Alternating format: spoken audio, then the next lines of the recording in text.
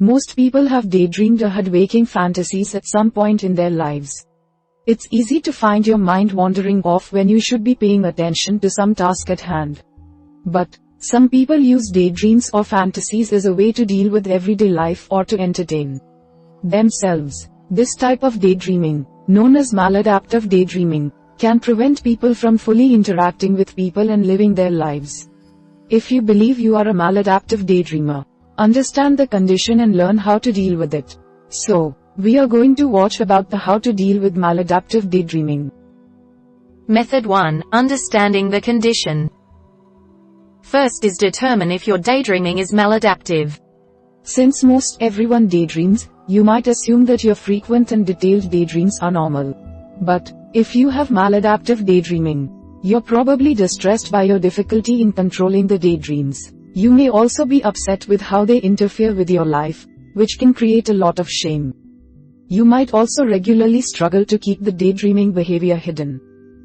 The term, maladaptive daydreaming, was created in 2002, but is not yet recognized as an official condition in the Diagnostic and Statistical Manual of Mental Disorders.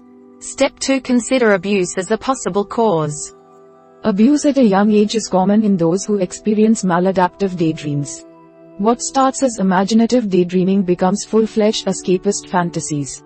The maladaptive nature of the daydreams really starts impacting sufferers in the early or pre-teen years. If you were abused and struggle with maladaptive dreaming, be sure to get help from a mental health professional.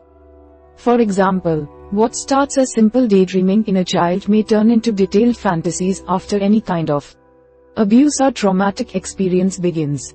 Step 3. Recognize traits of maladaptive daydreaming. In addition to early childhood abuse, kinesthetic elements are another shared trait. These are often repetitive movements, like tossing a ball or spinning something in your hand while daydreaming. Other traits often include such a strong desire to daydream that it's compared to an addiction. Incredibly detailed and complex daydreams. Acting out the daydreams, but understanding the difference between reality and the daydreams. Unlike schizophrenics or psychotics, difficulty in fulfilling simply daily tasks, like eating, showering, sleeping, because of the daydreams. Finally, begin to recognize and avoid triggers. A trigger is an event, place, feeling, or thought that makes you start or return to maladaptive daydreaming. Identify your daydreaming triggers. You can make notes about when you daydream, and what was happening right before. For example, you may notice that when you go into a certain room, you have some of your best daydreams, or you daydream when you're bored. Be aware of your triggers and make specific plans to avoid them.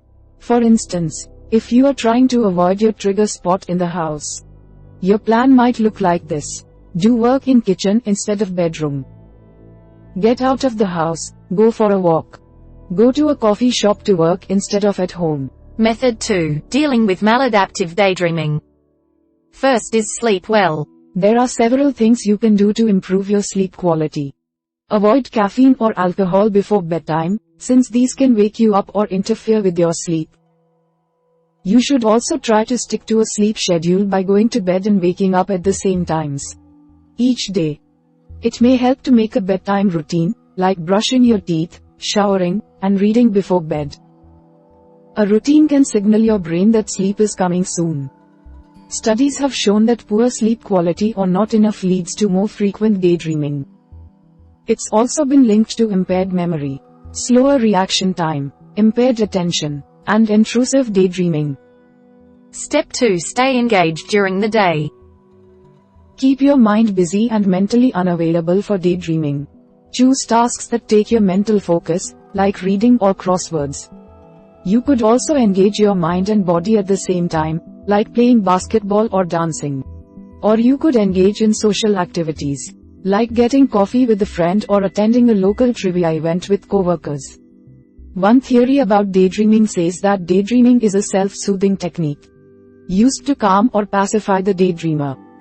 In this case, try doing a self-soothing or self-care activity, like cooking dinner, doing yoga, or going with a friend for a pedicure. Step 3. Count how many times you daydream to reduce episodes.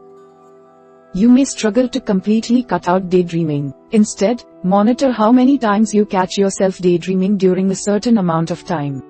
Then, tell yourself to reduce this number over time.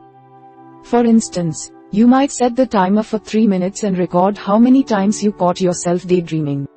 During that time, repeat the process until your number starts decreasing. At first, you may not be able to catch yourself at all and the timer will go off in the middle of a daydream. This is fine. Let the timer interrupt your daydreaming until you learn to monitor the behavior yourself. Setting a timer is a good form of self-monitoring which helps you take an active part in reducing daydreaming. Since it's a behavioral modification technique, the results can be long-lasting. Step 4. Keep a journal to help you focus. While there's little research on maladaptive dreaming and treatments, users in maladaptive online forums report that journaling helps. Journaling, writing down thoughts, can help you order your mind and keep you from slipping into daydreaming. Writing down your daydreams can help you slow down and live in the moment. Or, you can journal about how daydreaming emotionally affects you and the role it plays in your life. Although research is needed to know why journaling can help maladaptive daydreamers, journaling has been shown to slow down thought processes, allow space for self-discovery, and relieve tension.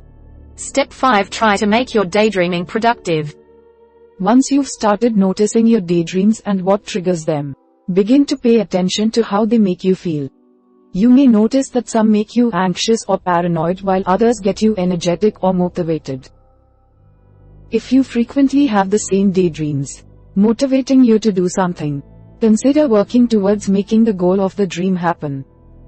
For example, maybe your mind frequently wanders to imagine if you lived in a foreign country and held a different job. What simply seems like a daydream could become a reality if you take steps to move somewhere else and find a new job. Step 6. Consider speaking with a therapist.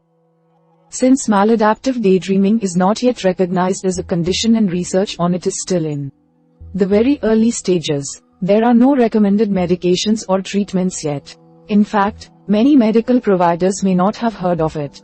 But, you may benefit from meeting with a therapist or psychiatrist who may be able to help you work through underlying conditions of your daydreaming.